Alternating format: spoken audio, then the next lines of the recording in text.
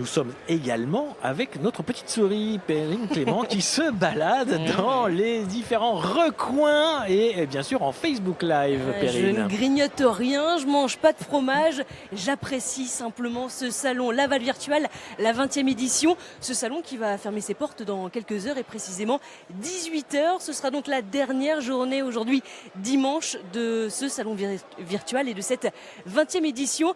À nos côtés, Antoine, chargé de mission à Laval Économie et référent de Laval Mayenne Connexion.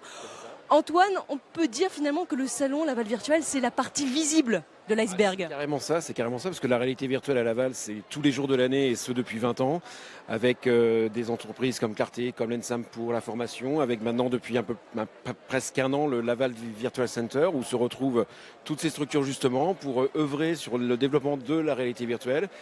Et puis également la Technopole qui accueille les startups qui sont dans ce secteur ou dans d'autres secteurs d'ailleurs, tout à fait.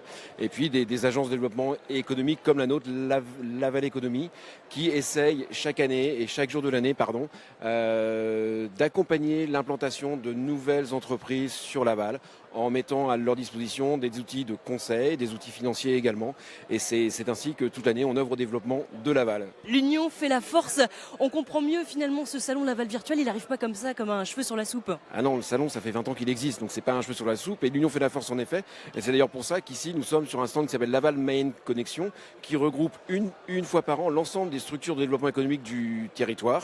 Alors on va parler de la ville de Laval, on va parler de l'Agglo, on va parler de la CCI, du département, de Clarté, de Laval Virtual, de Laval Économie, je pense et de la Technopole, voilà, tout à fait. Donc, merci Antoine, on se dirige justement sur ce stand Laval Mayenne Connexion aux côtés de Didier, responsable de la communication de la ville de Laval.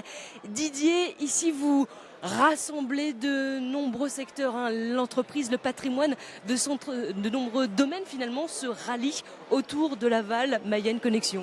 Oui, c'est l'écosystème de l'économie numérique lavalloise qui est rassemblé ici sur ce stand de Laval Mayenne Connexion. Et à l'occasion des journées grand public, on présente quelques applications réalisées à Laval, notamment autour du patrimoine cette année. On voit à l'image sur notre page Facebook France Bleu Mayenne ainsi que sur la page Facebook France 3 Pays de la Loire, le château de Laval autrement.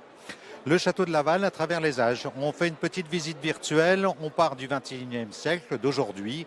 On visite l'intérieur de la cour du château et du château neuf. Et puis on remonte le temps, 16e siècle, 13e siècle et 11e siècle au moment de la création de Laval, il y a 1000 ans, où il n'y avait que quelques mottes féodales qui étaient sur la hauteur. Finalement, on peut associer patrimoine avec nouvelles technologies. Quel est l'intérêt de mêler ces deux domaines ensemble pour vous, Didier ? Bien, l'intérêt, il est pédagogique, bien évidemment. Pour des visites du patrimoine, c'est beaucoup plus facile de présenter à des enfants le site tel qu'il était il y a quelques années, plutôt que de le décrire.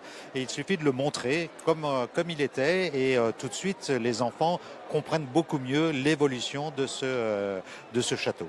Je le rappelle, Didier, vous êtes responsable de la communication de la ville de Laval. C'est un beau coup de projecteur, ce salon Laval Virtuel.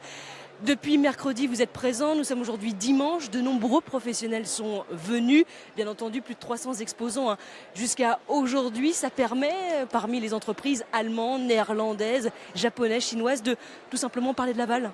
Oh, bien sûr. C'est un coup de projecteur formidable pour la ville de Laval, qui est dans le domaine de ces nouvelles technologies, de la réalité virtuelle, de la réalité augmentée, qui est maintenant mondialement connue. Vous allez à Hong Kong, vous parlez de réalité virtuelle, on vous dit Laval. Il y a ça, bien sûr, l'image de Laval. Et puis, il y a aussi, à l'occasion de ces rencontres de la réalité virtuelle, des tas de partenariats qui s'élaborent entre des professionnels, entre des chercheurs, entre des étudiants et beaucoup d'activités économiques qui se développent grâce à ça et des entreprises qui s'installent à Laval dans le domaine de la réalité virtuelle. Et ça, c'est un plus pour la ville. Et ma dernière question, finalement, Didier, avec... c'est vrai, cette 20e édition et le nombre croissant d'exposants, ça amène une seconde vie, enfin du moins un second souffle, et on a envie d'aller encore plus loin. Ah ben, on a toujours envie d'aller plus loin. Après, ce sont les limites techniques d'accueil, de possibilités d'agrandissement. Là, c'est vrai qu'on arrive à un véritable plafond pour l'agrandissement, mais là, il y a toujours des solutions pour améliorer, avec quelques sites excentrés pour présenter des choses spécifiques. Donc, on verra pour les années prochaines, mais en tout cas, on a toujours envie de faire mieux, et les entreprises qui viennent ont toujours envie de revenir et pour montrer des choses encore mieux. Merci beaucoup Didier et Antoine. Vous pouvez les retrouver sur le stand Laval Mayenne Connexion ici au Salon de Laval Virtuel. Il vous reste plus que quelques heures pour accéder à cette 20e édition et découvrir tout simplement notre département, Jacques, grâce à la réalité virtuelle ou encore à la réalité augmentée.